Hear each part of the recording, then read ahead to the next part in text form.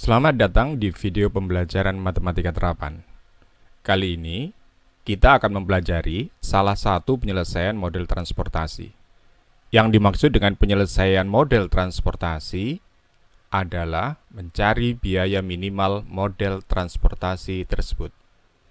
Model transportasi dapat diselesaikan dengan berbagai cara. Salah satu cara yang akan kita pelajari adalah metode kiri atas atau North-West Method. Berikut ini adalah contoh model transportasi. Model transportasi dinyatakan dalam bentuk tabel. Pada tabel tersebut ada S1, S2, S3. S1 menunjukkan supply nomor 1, S2 supply nomor 2. Dan selanjutnya. Selain itu, pada kolom ada yang diberi nama D1, D2, D3, dan D4. D1 berarti demand nomor 1, D2 adalah demand nomor 2, dan selanjutnya.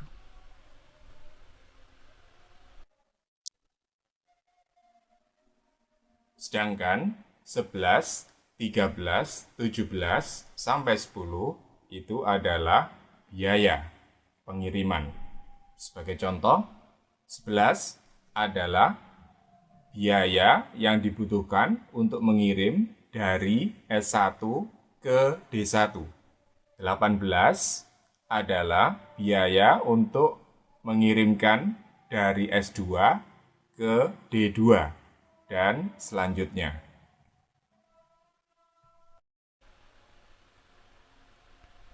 Untuk memulai metode kiri atas, pertama kali kita harus mengosongkan tabel sehingga yang tersisa adalah angka-angka pada demand dan angka-angka pada supply. Sesuai dengan namanya, metode kiri atas diawali dari sel kiri atas. Pada tabel tersebut, sel tersebut adalah S1 D1. Pada sel S1 D1 terlihat bahwa permintaan atau demand itu sama dengan 200. Sedangkan supply atau persediaan itu adalah 250. Sehingga pada sel kiri atas atau S1 D1 kita ketikkan angka 200.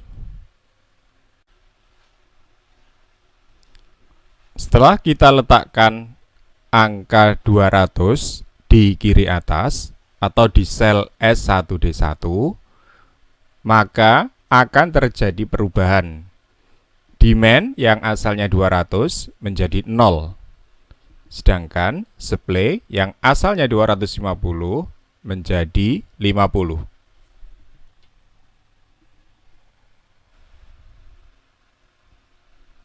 Pada langkah yang kedua, kita beralih ke sel S1 D2.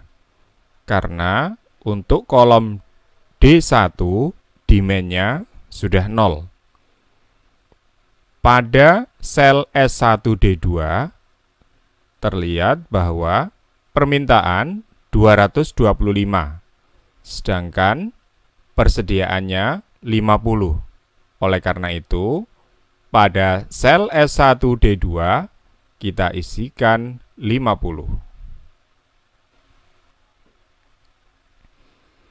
Setelah diisikan angka 50 pada sel S1 D2, terlihat bahwa kolom D2 permintaannya menjadi 175. Sedangkan pada baris S1 pada kolom persediaan menjadi 0. Selanjutnya, kita beralih ke sel S2 D2. Pada sel S2 D2 terlihat bahwa permintaannya 175, sedangkan persediaannya 300. Maka pada sel S2D2 diisikan atau diketikkan angka 175.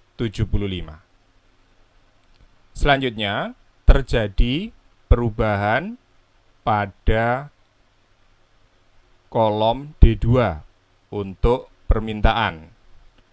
Permintaan sekarang menjadi 0. Yang terjadi perubahan pula adalah pada baris S2 kolom supply.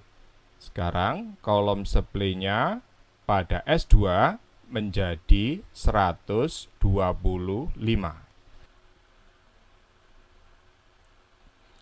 Langkah keempat adalah kita mengisi sel S2D3. Pada sel S2D3, permintaan sebanyak 275, sedangkan persediaan 125. Sehingga pada sel S2D3 kita ketikkan 125. Sehingga akan mengakibatkan perubahannya pada kolom D3 pada permintaan akan menjadi 150. Demikian pula pada baris S2 untuk kolom persediaan sekarang menjadi 0. Langkah yang kelima adalah kita mengisi sel S3D3. Pada sel S3D3, permintaan sebanyak 150, sedangkan persediaan sebanyak 400. Oleh karena itu, pada sel S3D3 kita isikan 150. Hal ini akan mengakibatkan perubahan, yaitu pada kolom D3 permintaan sekarang menjadi 0, sedangkan kolom supply pada baris S3 sekarang menjadi 250. Pada langkah yang keenam, yang tersisa adalah sel S3D4. Pada sel S3D4, permintaannya sebanyak 250, sedangkan persediaannya adalah 250. Sehingga pada sel S3D4 kita isikan 250. Hal ini akan mengakibatkan perubahan, yaitu pada kolom D4 permintaan sekarang menjadi 0. Demikian pula pada kolom supply pada baris S3 juga sama dengan 0. Akhirnya, sampailah kita pada langkah yang ketujuh. Langkah yang ketujuh adalah mengalihkan tabel pada slide contoh, lalu dikalikan dengan tabel pada slide langkah ke-6.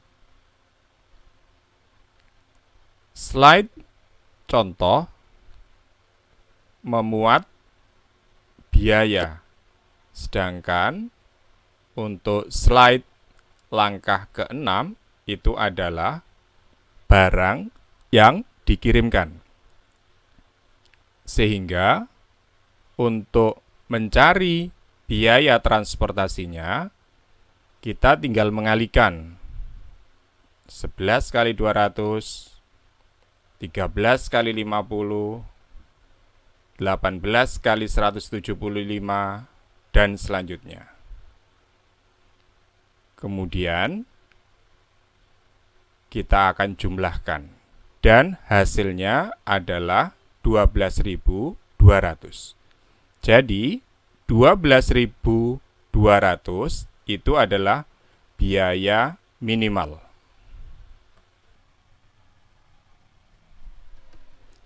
Demikian video pembelajaran tentang metode kiri atas atau Northwest Method. Sampai berjumpa dengan video pembelajaran saya berikutnya.